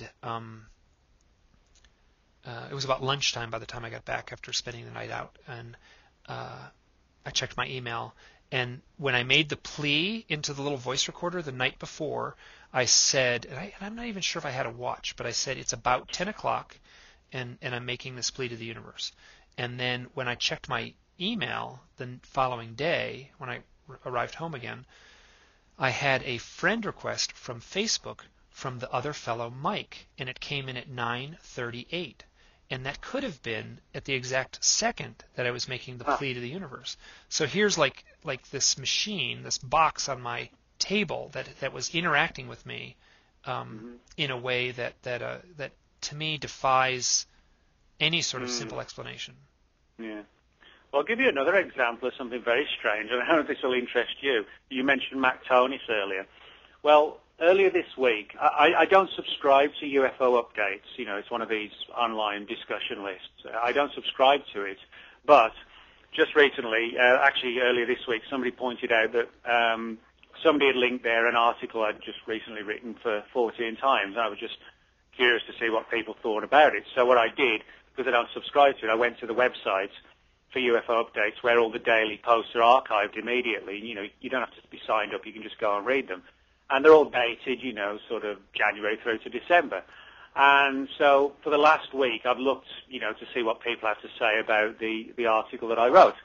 And I think it was on Monday, they're listed like March the 4th, the 5th, the 6th.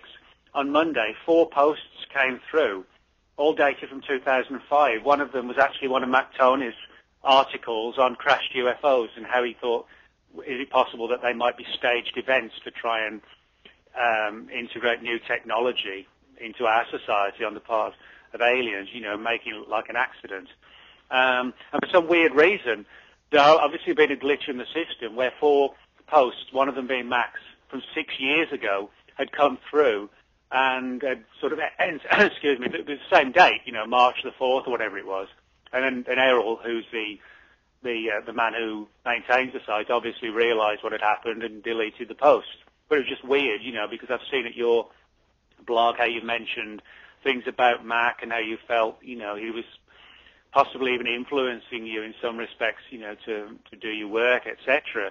And then to suddenly see, of all people, an old post posted 6 years ago, suddenly pop up again as a result of a glitch, if you like, and be on UFO updates this week, and then and to find it, that was just weird. So.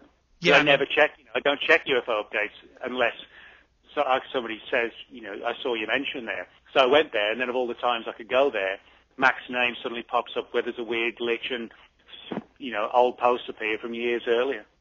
And I think like weird glitch in the system is almost like a synonym for synchronicity, or a synonym for I mean, coincidence is a far too shallow a word for some of the things. Anytime I hear the word coincidence now relating to this stuff, I pay very close attention.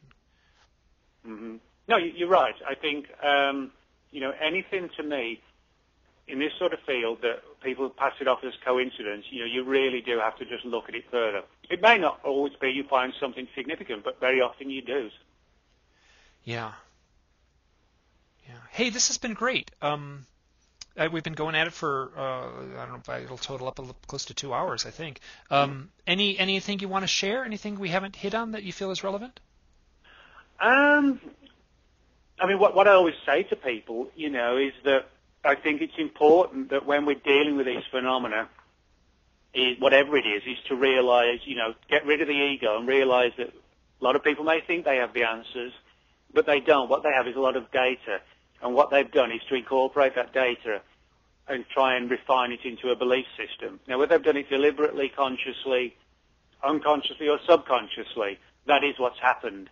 And I think we need to just dump belief systems and focus on the evidence, the witness testimony. I mean, the witnesses are, arguably the most important people in this subject.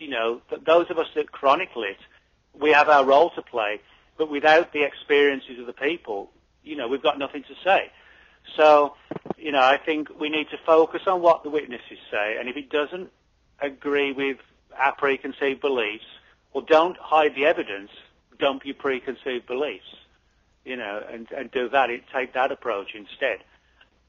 So, that's sort of one of my recommendations to everybody.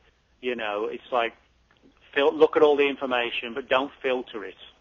And if it doesn't fit into your neatly designed box, well, there's something wrong with your neatly designed box. Yeah, and that's part of the reason I go to these conferences, in a way, is to talk directly with people. And I have to say that some people, have such...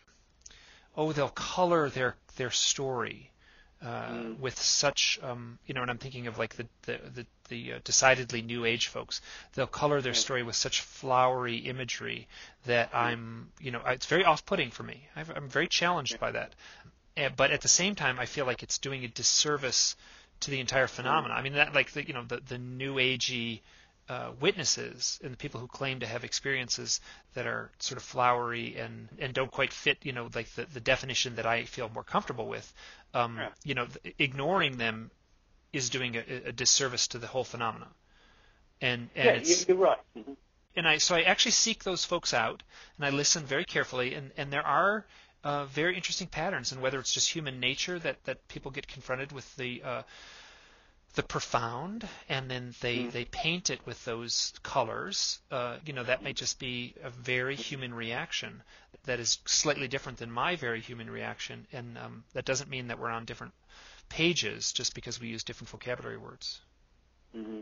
No, you're right, and I think that to me, all the sort of debate we've had today, I think it's far more challenging and important than just debating, well, how many bodies do you think were found at Roswell? Do you know what I mean? It's like, I'm not trying to say I'm any better than any other researcher, because I'm certainly not. But I just, to me, the old paradigms and old cases, they're interesting. But, it's not getting us anywhere, and And even thinking inside the box isn't getting us anywhere. All it's doing is jamming up more and more filing cabinets and more reports.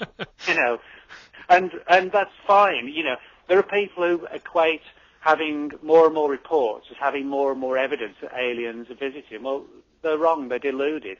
All they've got is more and more paperwork and more sightings, but that doesn't provide any more answers. And, you know, the day has to come when people must realize that, you know, lovingly caring for your archives and your files is fine, but it's achieved nothing. It's achieved nothing in terms, it may have provided evidence that something's going on, and in that sense it's important, but it's provided zero in the way of answers. And, you know, answers now, with all the reports we've got, we don't need more reports, we need answers. Yeah, and I sent you a little email, and I think the quote was, I wrote a list of questions here, and I might have to edit this out a little bit. One of the questions or little comments that I had written on my list of topics was, this is me talking, is that I am so fucking bored with reports of little lights in the sky. It's a very valid point. I mean, it's like, how many more times do we need to know that Mr. Smith saw a blue light last Thursday?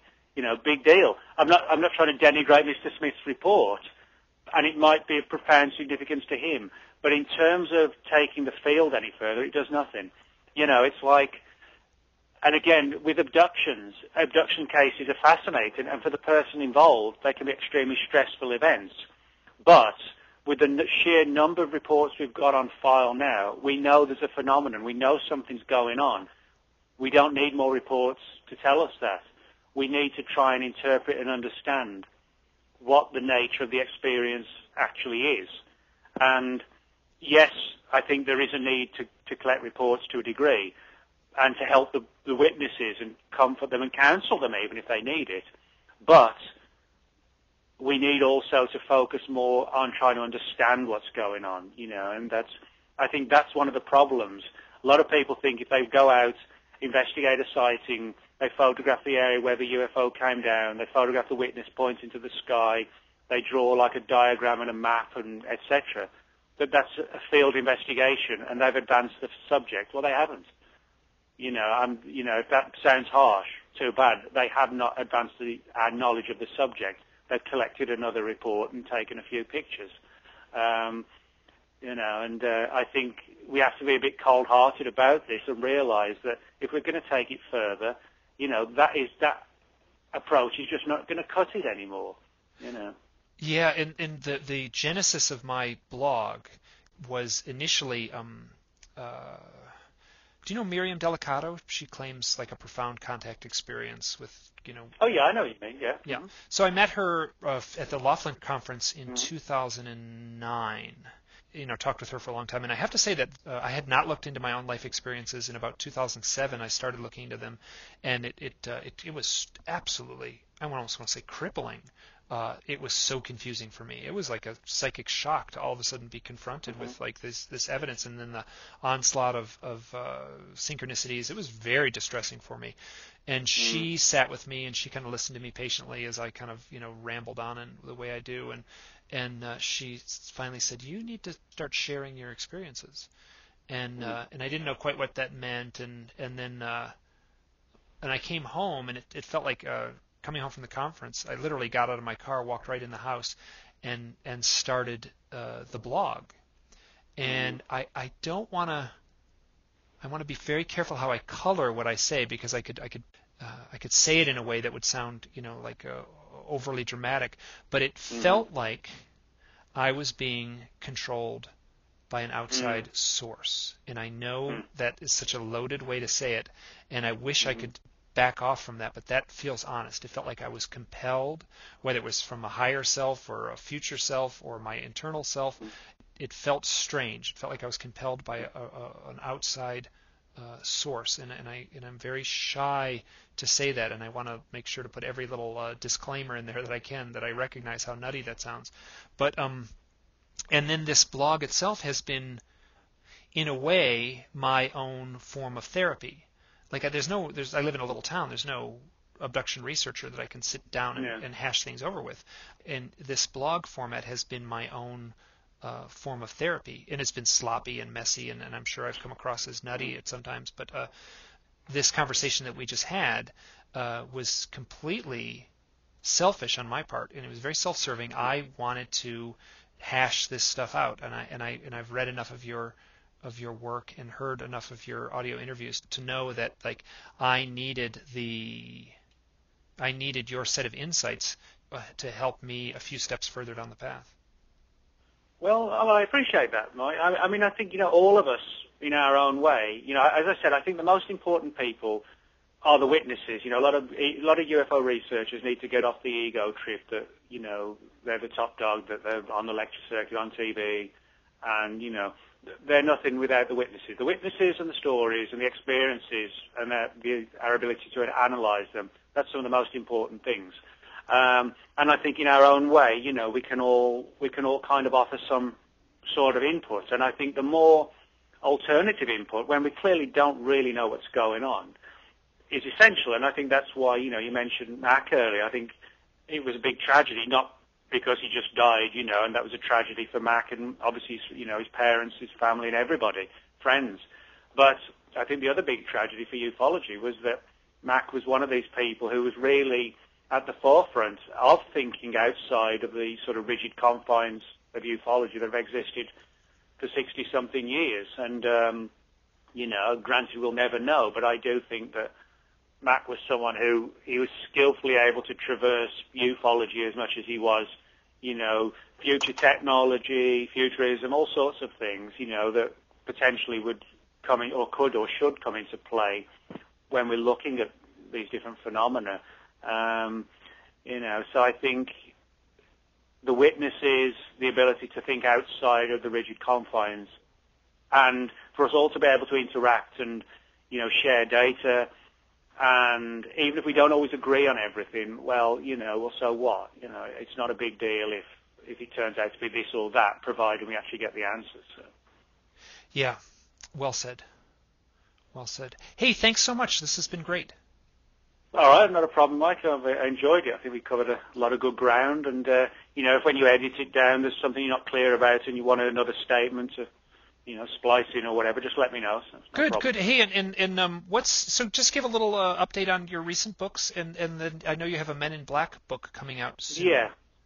Okay, well, late last year, Anomalous Books published my final events book, which is the study of this think tank group in the government that concluded UFOs had paranormal origins or even satanic origins from their perspective. Then a couple of months ago, New Page Books put out my book, The NASA Conspiracies, which looks at NASA's involvement in a whole wide range of issues like the face on Mars, UFO encounters reported by astronauts, that sort of thing. And in June of this year, I've got a new book, again coming out through New Page, called The Real Men in Black. And I wrote a book about 5 years ago called On the Trail of the Saucer Spies, which was a study of the whole Men in Black mystery, if you like, as it related to the government angle, the government secretly watching people. But the new book, The Real Men in Black, looks at the weirder Men in Black, these sort of pale, sunken-cheeked, wig-wearing, creatures that some people have said are aliens themselves, that seem to have definitive occult and paranormal overtones to them. There's only actually one chapter of the book that delves into the government angle, and that's sort of a brief story. The rest is sort of dealing with, sort of the stranger aspects, the more menacing aspects of the Men in Black mystery, and trying to determine what these entities are, where they're from, what they want from us, and it applies a lot of different theories to it. A lot of things we've discussed today actually, sort of cross over into the story as well. And that one will be published in June. Good. I would love to talk to you when that comes out. I would also, All right. Also going to add that this is in reference to the NASA book. I don't know if you heard, but there's a new restaurant on the moon. No, I didn't hear that. Actually. Yeah, the food is great, but there's no atmosphere. Oh dear. Sorry. Oh dear. I fell for that one. Sorry, I didn't mean to. But okay, going back to where was I going with this? The Men in Black. Oh, and I just wanted to share that the The highest rated page, or post that I ever had was on my blog, which has been going on for 2 years, where I've poured my guts out. I'd often like to say that into some of these blog postings. But the highest rated page I've ever had was the interview I did with you on the Final Events book. Oh, well, that's interesting to know. I mean, that book, although a lot of people... I actually didn't get a great deal of criticism for it. What I got, a lot of people quite disturbed by it. It was one of these books where I think people found the whole, this angle that the group were talking about, soul factories, about these entities supposedly harvesting and feeding on some sort of poorly defined soul energy, was something that really disturbed a lot of people who read the book. Now, whether there's any truth to that or whether it was just the group's interpretation based on their belief system, who can say? But, I think that book, I think the reason why it attracted a lot of interest was because most of my books, if I'm writing about cryptozoology, they appeal to the crypto community, and the same with UFOs. I think with Final Events, what happened with that book, it kind of spilled over into other communities, such as, ghost hunting, the occult, and also, a lot of religious websites picked up on it, particularly websites dealing with like end-of-day scenarios, Armageddon, that sort of thing. I know it got picked up a lot there, and I think occasionally that happens. When we write books, they cross over outside of the confines of whichever audience we assume is going to be reading about it, and I think that happened with Final Events. Yeah, and I have not read the book. I did follow closely the your audio interviews on it, and I apologize. Well, actually, I couldn't have read it because it wasn't out when I did the interview with you. So, no, that was fine though. You did like in advance of the landing or something like that. Yeah. Great. Well, thanks so much. All right. Well, as I said, if there's any questions you need, Mike, or anything you're not sure about, just give me a call and I'll be around. So. Good. And at some point in the future, within less than a little over a month, I'll have a book that I wrote that has absolutely nothing to do with UFOs or anything paranormal, and I will send you a copy of it. I think you'll get a kick out of it. It's a short little simple book. Oh, great. Well, I'll be happy to do a review of that for you. I've got a reviews blog that gets good hits. So good. Okay, it won't have anything to do with anything, but it is. I teach a very advanced form of ultralight camping here in the Teton area, and I wrote a book on and it's very philosophical. It's actually, I'm very proud of it, and it turned out nice. So, I'll get you a copy when that comes off the press. Oh, I shall look forward to that. And then where else was I going to go? And this doesn't have anything to do with anything, and I might not include it in the interview proper. But so the one thing I remember that struck me when I very first stumbled on your site, it kind of like I scrolled through, and you had other interests, and one of your other interests was Hammer films from the 1960s. Oh yeah. Uh-huh. Yeah. I guess growing up in England, from that era when, Hammer films were sort of really the rage, I mean, granted, I didn't sort of start watching them till, I was sort of like 10, which would be sort of 10, 11, which would be sort of mid-late 70s. Yeah. But, that even today, they're still highly popular in England. I think because they kind of capture that sort of old world, intrigue and menace, do you know what I mean? They're not like today's slasher films full of teenagers and whatever. So.